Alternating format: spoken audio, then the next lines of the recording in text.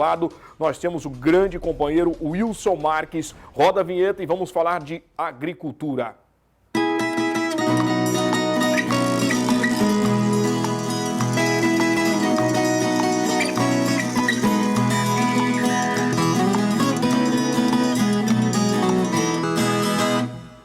Meu amigo Wilson, boa tarde, seja bem-vindo. Boa tarde, Anderson. Tudo bem? Tudo jóia, graças a Deus. Final de semana chegou, uma semana corrida, bastante instável, muitas mudanças, comportamentos diferentes, o que com certeza deve ter, impactado também no agronegócio. O que você tem para contar para a gente? Exatamente, Anderson. Como a gente não cansa de dizer, o agro é muito dinâmico, Acontece muitas coisas. Nós estamos na sequência da nossa colheita. Hoje, praticamente, região de Sinop, estamos em torno de 25% a 27% da área colhida. Bem atrasado ainda, A gente sempre está falando isso porque houve o atraso no plantio. Mato Grosso, de um modo geral, o estado está em torno de 23% a 25% de área colhida. E a gente tem agora, próxima semana, possivelmente, chuvas ainda que pode atrapalhar um pouco mais o andamento da nossa colheita, uma vez que ela começa a dinamizar agora. A partir do dia 15, já entra de uma vez, as áreas já começam a ficarem prontas e as máquinas já entram em campo e não saem mais. É um período final já, É um período final. Então a gente está tendo, estamos tendo alguns atrasos nos embarques, porque o que aconteceu? Como as vendas são feitas antecipadamente, tínhamos embarques para janeiro e para fevereiro. Quando o plantio atrasou, esses embarques tiveram que ser remanejados para fevereiro e março. Mas quando abriu a colheita e os portos começaram a receber, já começamos. Essa semana, por exemplo, o porto de Miritituba já plugou, já está sobrecarregado.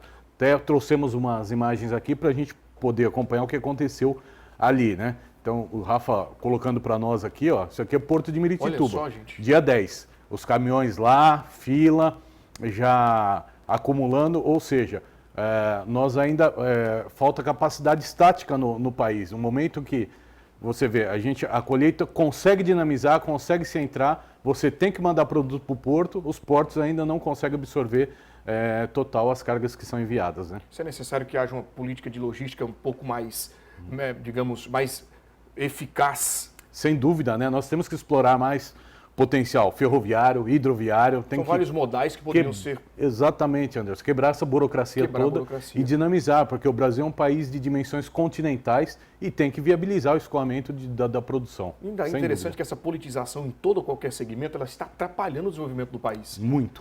Nós temos aí esse modal que é da ferrovia, que era para chegar aqui, fazer uma ligação entre sul e norte do estado e a região sul e centro-oeste do Pará, e acaba que demora, está demorando para ser executado esta obra. Isso facilitaria muito, Wilson? Sem dúvida, com certeza.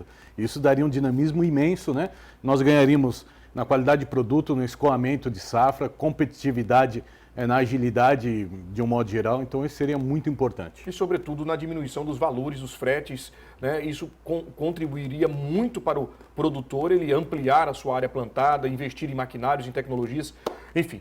Todos ganhariam, motorista, transportadoras, o produtor, o próprio país, município. Então, isso traria um retorno financeiro de um modo geral, para todo o ciclo que está envolvido. Vamos torcer para que tudo isso melhore e tenhamos novidades. Sem Além dúvida. disso, mexe nos números. Mexe nos números. Nós trouxemos o resumo da semana para ver como se comportou, na realidade, o soja, o milho, o algodão e o dólar. Então, nós trouxemos o quadro, aquele resumo que é feito, inclusive até agradecer mais uma vez a W Tasso, que me acompanha e me faz as planilhas aí. Obrigado, muito bacana. W Tasso, pelo carinho. E nos acompanham lá de São José do Rio Preto. São Paulo.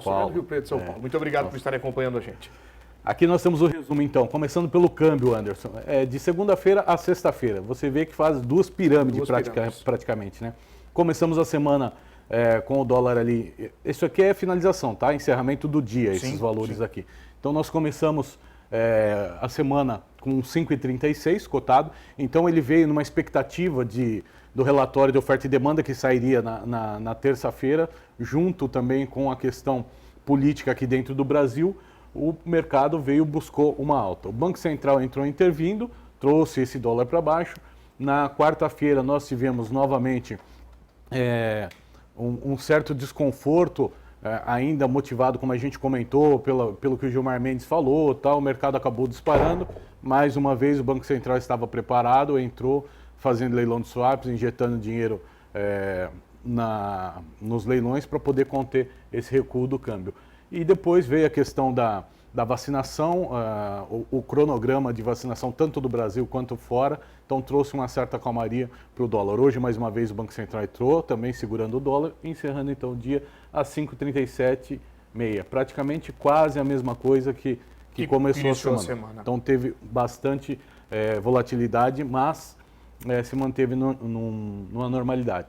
Falando do câmbio ainda, o que vem pela frente? A semana que vem, nós temos ainda uma semana que nós entramos agora, nós teremos o feriado do Carnaval. Sim. Então B3, que é a BMF, a antiga BMF, volta a funcionar só na próxima quarta-feira. Mas a gente ainda tem, o Senado vai continuar trabalhando para que possa agilizar a questão da votação da política tributária, né, e a questão também do auxílio emergencial, do retorno. Então isso ainda vai trazer bastante especulação e vamos ter volatilidade já na quarta-feira na abertura do câmbio para ver como ele vai se comportar. Para entender quais foram as decisões também, o que isso mexe nos valores. Exatamente. Depois nós temos aqui... Nós temos aqui o quadro do soja, né, onde a gente com o valor do soja. Voltando naquele quadro que nós estávamos, e agora trazendo o quadro do soja com os valores que foram isso. Exatamente. O soja também ele trabalhou, começou na segunda-feira cotado a 13 bushels, 13,89 o bushel do soja. Também na espera do relatório, ele acabou vindo em alta na terça-feira com o anúncio do relatório. Depois ele veio para uma queda acentuada, abruptamente. Né? E encerrou a semana a 13,71. O que aconteceu com o soja durante essa semana?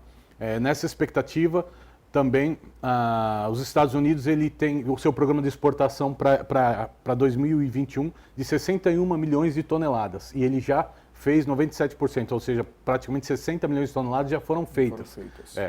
E aí o clima na América do Sul ainda estava instável, apesar de vir uma colheita recorde que está se projetando tanto para o Brasil quanto para a Argentina.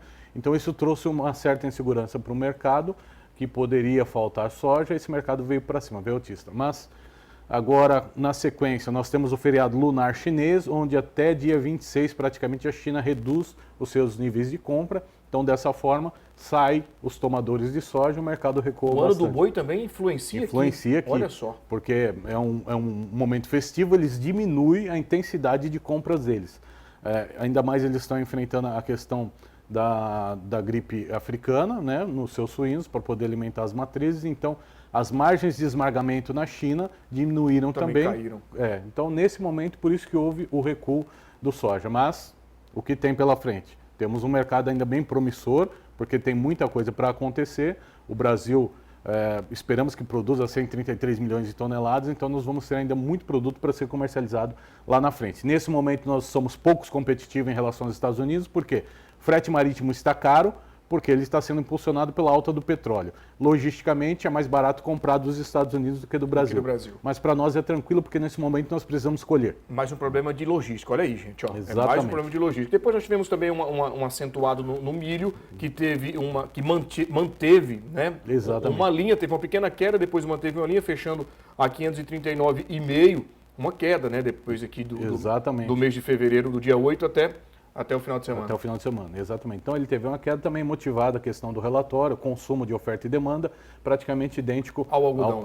Ao soja. Ao soja, né? Exatamente. E o algodão também teve... o algodão foi o que ganhou mais. Na realidade, se a gente fazer um comparativo, o soja ele teve um ganho durante a semana de 9 dólares por bushel, o milho teve uma perca de 4 dólares por bushel, uma média geral. Sim. E o algodão foi o que mais ganhou. Ele ganhou em pontos, né, 450 pontos durante essa semana. Então ele teve uma elevação grande. A gente vai ver até agora na tabela dos preços. Vamos ver agora a tabela dos preços, saber como que finalizaram os preços do grão de soja, milho, arroba do boi e o algodão. Exatamente. O soja, R$ 145 a saca. O milho, voltando a dizer que é o milho futuro de julho, R$ 55 a saca.